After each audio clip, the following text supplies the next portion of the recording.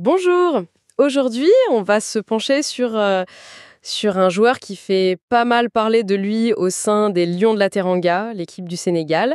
C'est Iliman Ndiaye. Ah oui, Iliman Ndiaye, un nom qui revient souvent en ce moment. Exactement.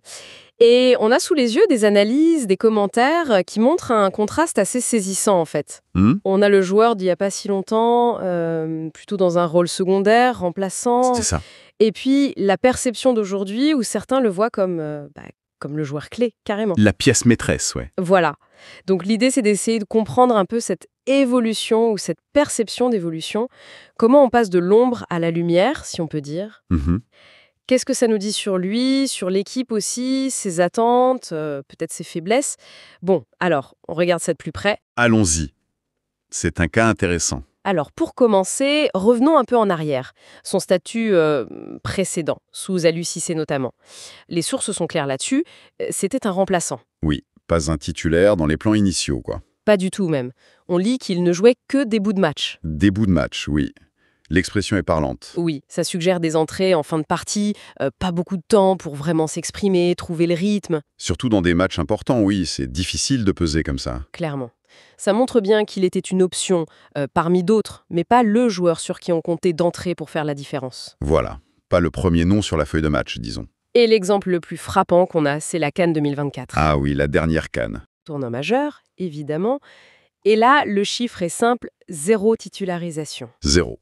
Sur les 4 matchs joués par le Sénégal avant de sortir, quand même, pour le tenant du titre. Oui, ça situe le joueur dans la hiérarchie de l'époque, c'est clair. Il n'était pas dans les plans pour les matchs décisifs. Exactement, donc ça, c'est le point de départ. Et c'est ce point de départ qui rend la situation actuelle si fascinante, en fait. Parce que la CAN 2024, c'était hier, dans le temps du foot. Oui, c'est très récent. Le fait qu'il soit cantonné à ces bouts de match, comme tu disais, dans un tournoi aussi important, et qu'aujourd'hui on en parle comme on en parle, ça interpelle. Ce statut de remplaçant, ce n'est pas juste pour faire joli dans les stats. Ça veut dire qu'à l'époque, le staff avait une certaine évaluation de lui, de son apport tactique. Ou alors, il y avait une grosse concurrence aussi. Oui, ou une concurrence jugée plus adaptée au système. Donc, qu'un joueur avec ce statut-là soit maintenant au cœur des débats comme le joueur clé, C'est ça. ça pose question. Soit il a explosé, soit le regard sur lui a changé du tout au tout, soit les besoins de l'équipe sont différents, ou un peu tout ça. Probablement un mélange, oui. C'est typique du foot, c'est bascule rapide. Oui, cette rapidité, c'est fou. Et c'est là que ça devient vraiment intéressant, parce que le changement de perception tel qu'il est décrit là, il est brutal. Ah oui, carrément. On a des affirmations très très fortes. Je te cite un extrait, ça dit « Baye Ily est actuellement, sans aucun doute, le meilleur joueur de l'équipe nationale du Sénégal. » Ah oui, carrément. Sans aucun doute, le meilleur joueur. C'est pas nuancé. Pas du tout. On parle pas juste d'un bon joueur ou d'un joueur important. C'est le superlatif absolu. Surtout pour le Sénégal, avec les joueurs qu'ils ont ou qu'ils ont eu récemment. Exactement. Une équipe avec des talents confirmés, qui joue dans de grands clubs.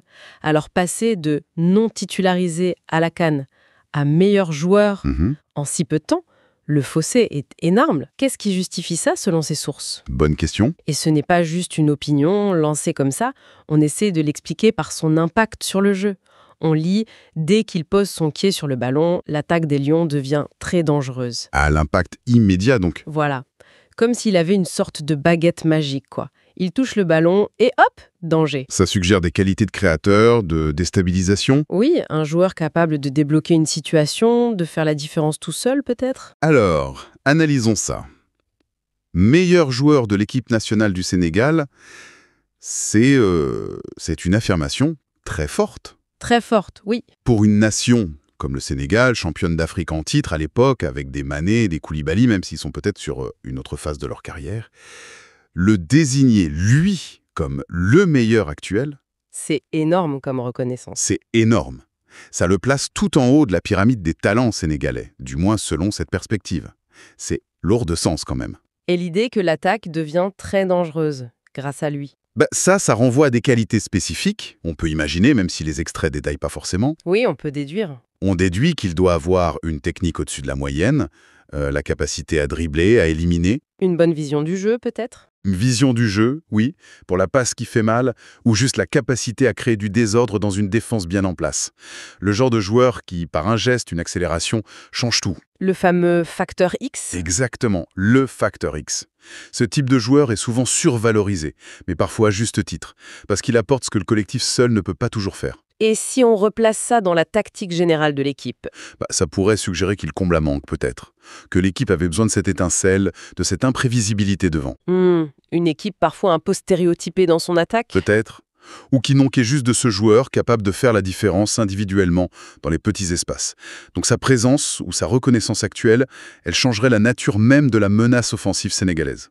Ça devient plus imprévisible. Voilà. Après, dire que ça devient très dangereux dès qu'il touche le ballon, bon, c'est peut-être un peu l'enthousiasme du moment aussi, hein. Oui, il y a peut-être une part d'emphase.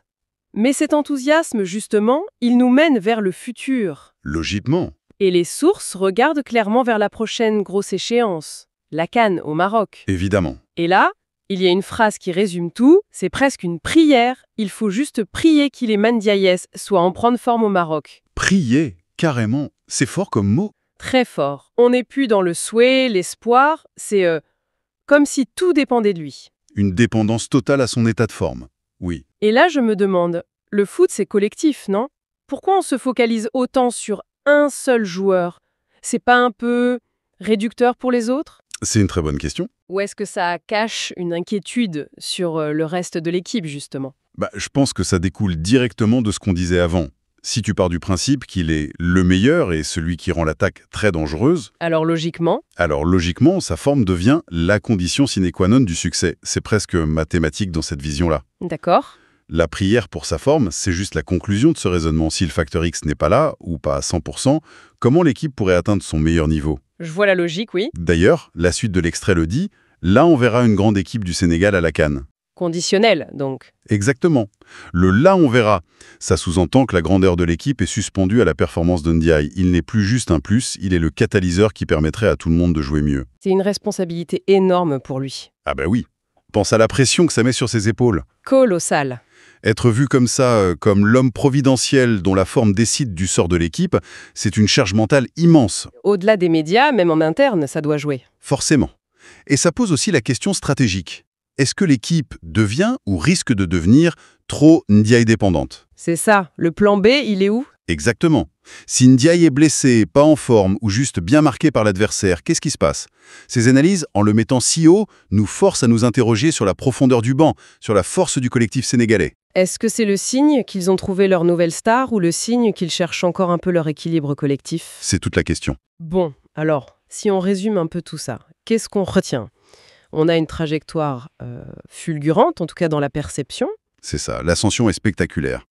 Iliman Ndiaye qui passe en quelques mois après une CAN 2024 où il était remplaçant. Plutôt sur le banc, oui. Au statut de meilleur joueur actuel des Lions selon certains, un joueur vu comme décisif pour l'attaque. Qui transforme l'attaque même. Et dont la forme pour la prochaine CAN au Maroc est vue comme cruciale, indispensable pour le succès. Une condition quasi nécessaire d'après ces textes. C'est un changement radical de statut et surtout d'attente. Tout à fait, une métamorphose impressionnante. Et ça ouvre une réflexion peut-être pour finir. Oui. Au-delà de l'importance de Ndiaye, que nos sources soulignent très fort, qu'id des autres facteurs de succès pour une équipe comme le Sénégal à la CAN? Parce qu'un joueur seul ne fait pas tout.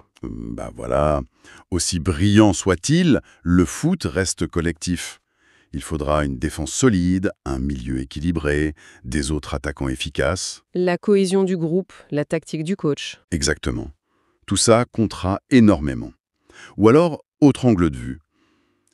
Comment cette énorme attente autour de Ndiaye, cette espèce de messianisme décrit là, comment ça va influencer le groupe?